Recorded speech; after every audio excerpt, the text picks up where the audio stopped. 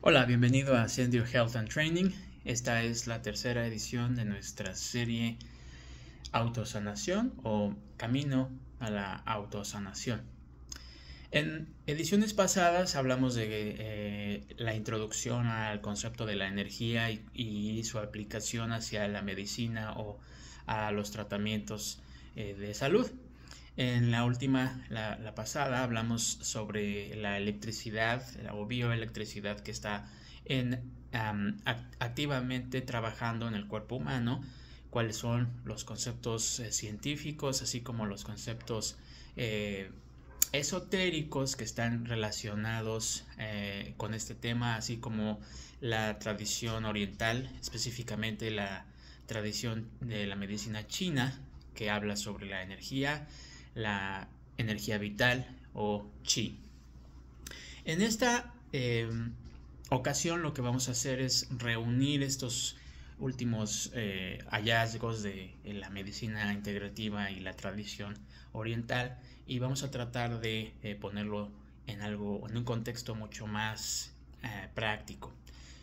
Muchos se preguntan, bueno, ok, la energía, entiendo, tal vez no podemos ver la energía e imagino que existe un campo energético alrededor del ser humano y tiene esta u otra característica, pero ¿cómo puedo hacer para usarlo de forma práctica? ¿Qué tiene que ver con curar mis enfermedades? ¿Qué tiene que ver con curar el dolor o mejorar la salud en general? Bueno, es muy complicado al principio, pero conforme vamos aprendiendo, todo tiene sentido.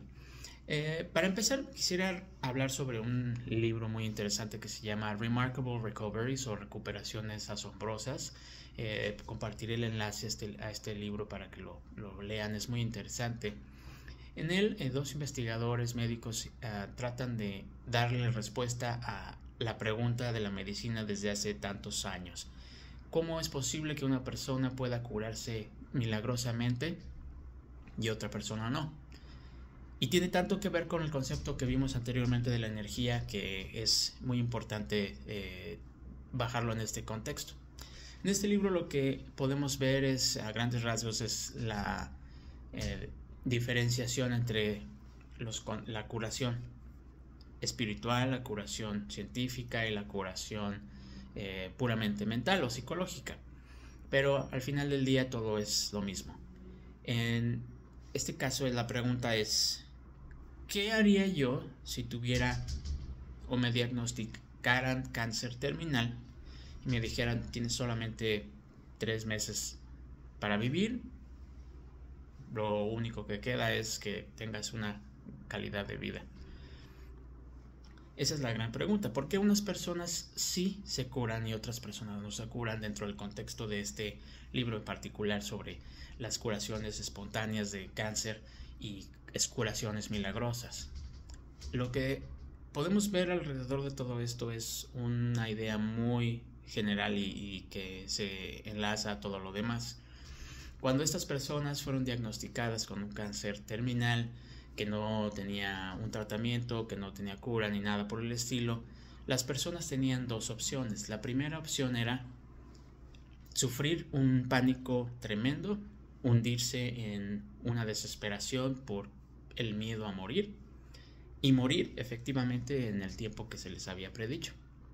Y la otra opción de los pacientes era transformar su mentalidad hacia esta enfermedad, hacer cambios radicales en su vida, en la manera en la que ellos perciben o experimentan su día a día, y comenzaron a hacer una reconciliación completa de sí mismos con las personas de su entorno, sus familiares, transformaron su mentalidad por completo y aceptaron su destino para después darse cuenta que el cáncer había desaparecido. Entonces, cuando hablamos de la energía en las series anteriores y de los campos energéticos y de lo que hace la acupuntura, por ejemplo, de desbloquear algunos puntos meridianos en donde se estanca la energía y cosas invisibles están interactuando con nosotros y nosotros en nuestro cuerpo físico estamos demostrando ciertos o manifestando ciertos signos. de ese desequilibrio, ahí es donde podemos darnos cuenta de la practicidad del concepto cuerpo-mente. Estas personas lo que hicieron fue trabajar mentalmente con su situación. En lugar de sucumbir ante el miedo, el pánico, lo que hicieron fue entender que lo único que les quedaba por hacer era reconciliarse consigo mismos, con sus seres amados, y transformar la manera en que veían su vida. Algunos hicieron cosas que jamás se hubieran atrevido a hacer, otros experimentaron con la naturaleza, otros simplemente hicieron oración, otros visualizaron que su cuerpo se estaba curando, y así sucesivamente. En este libro también hay casos interesantes que se consideran milagrosos inexplicables, como los que suceden en Lourdes, en Francia, donde llegan estas personas y sumergen ponen su cuerpo en el agua y se curan. Yo, como lo veo a través de la integración de todas estas disciplinas, es muy sencillo. Lo que está sucediendo ahí es que la persona está utilizando la energía mental, su energía emocional, de la forma correcta, y al estar de acuerdo con su destino, al aceptar su transformación, lo que sucedió es de estar completamente en una sintonía desorganizada, se sintonizan con una actitud positiva, una actitud nueva, una transformación, y entonces ¿qué sucede? La energía fluye, la energía pasa correctamente por donde tiene que pasar. Es un trabajo mental muy fuerte, sí, definitivamente requiere de una fuerza de voluntad muy grande, pero al final fluye esa energía, y cuando la energía fluye, cuando todo empieza a trabajar de forma correcta, es que el cuerpo siente o percibe que ya tiene los recursos suficientes para curarse. Con todos los otros conceptos que hemos visto, como la medicina germánica y cosas por el estilo, el cuerpo dice, ok, estamos listos, estamos preparados para organizarnos como debe ser. No hay bloqueos, tanto mentales o espirituales, ni nada por el estilo, a trabajar. Y a lo largo de meses, a lo largo de quizás años, la persona experimenta una curación de un cáncer o de algo que se le había dicho originalmente que sería mortal y que no le daba más de 3 meses de vida. He ahí el misterio de la curación espontánea, particularmente con los casos del cáncer y uno que otro caso de VIH. Aquí la cuestión es esa. Entonces, lo que estamos notando a través de estas experiencias es que la energía de un ser humano que lo constituye debe mantener un cierto orden, igual que todas las cosas en la naturaleza, en el universo, y si no lo tiene, entonces ahí es cuando las cosas están mal. El ejercicio de estas personas fue volver a su cierta sintonía, como dijimos hace un momento, y por ende permitir que cierta energía, cierta frecuencia alineada y armonizada atravesara sus puntos clave del cuerpo, y entonces diera lugar a la curación prácticamente espontánea, pero realmente sí tiene una explicación si lo pudiéramos ver. Digamos que no podemos verlo con nuestros ojos, entonces imaginémoslo. Imaginemos este fluido energético que tiene que atravesarnos de una forma ordenada, igual que el flujo sanguíneo, y que se detiene, se bloquea, o no hay suficiente flujo, o hay demasiado y las cosas salen mal en el sentido del organismo y de su función. Al final de cuentas, nosotros como seres físicos o de energía condensada, igual somos energía. Estamos interactuando con esas fuerzas que no podemos ver, pero que definitivamente están ahí. Esas personas lograron curarse milagrosamente, no hay explicación científica, y la medicina convencional pues continúa tratando de crecer su repertorio de recursos no invasivos para poder ayudar a la gente con este proceso. Ya existen muchas técnicas de visualización, muchas técnicas, algunas utilizan sugestión o autosugestión, en la que el paciente lo que hace es tratar de precisamente convencerse a sí mismo de que tiene la fortaleza necesaria para curarse de estas enfermedades, pero obviamente tiene mucho que ver el cómo manejamos nuestras emociones, no solo nuestra mente, con respecto a este ejercicio. Si tuviéramos miedo e hiciéramos el ejercicio de tratar de convencernos a nosotros mismos de que nuestro cuerpo está bien, probablemente no funcionaría. O si nosotros tenemos toda la emoción correcta, la actitud positiva hacia ese ejercicio, pero no tenemos la capacidad de concentrar nuestra mente hacia el objetivo de visualizar este organismo nuestro en un equilibrio que funciona correctamente y que diluye o desaparece ese cáncer, esos tumores, etcétera, tampoco funciona. Es lo mismo con todo lo demás. Podríamos enfocarnos exclusivamente en hacer mucho ejercicio, en fortalecer nuestro cuerpo, pero tal vez olvidamos nuestra mente o nuestra alma en el aspecto energético de la palabra, porque al final del día puede ser tanto filosófico como práctico este concepto. Debe haber un equilibrio. Entonces hemos ido desvelando poco a poco esta interacción que hay entre nosotros y el universo como seres energéticos en un estado condensado y todo lo que nos rodea, la naturaleza y así sucesivamente. Ahora, ¿cómo podemos bajar estos elementos a algo más práctico o algo más sencillo que nos permita dar el primer paso? Bueno, primero que nada debemos estar conscientes de que la enfermedad hoy en día, o lo que sea que nos hace sentir mal, es 100% nuestra responsabilidad.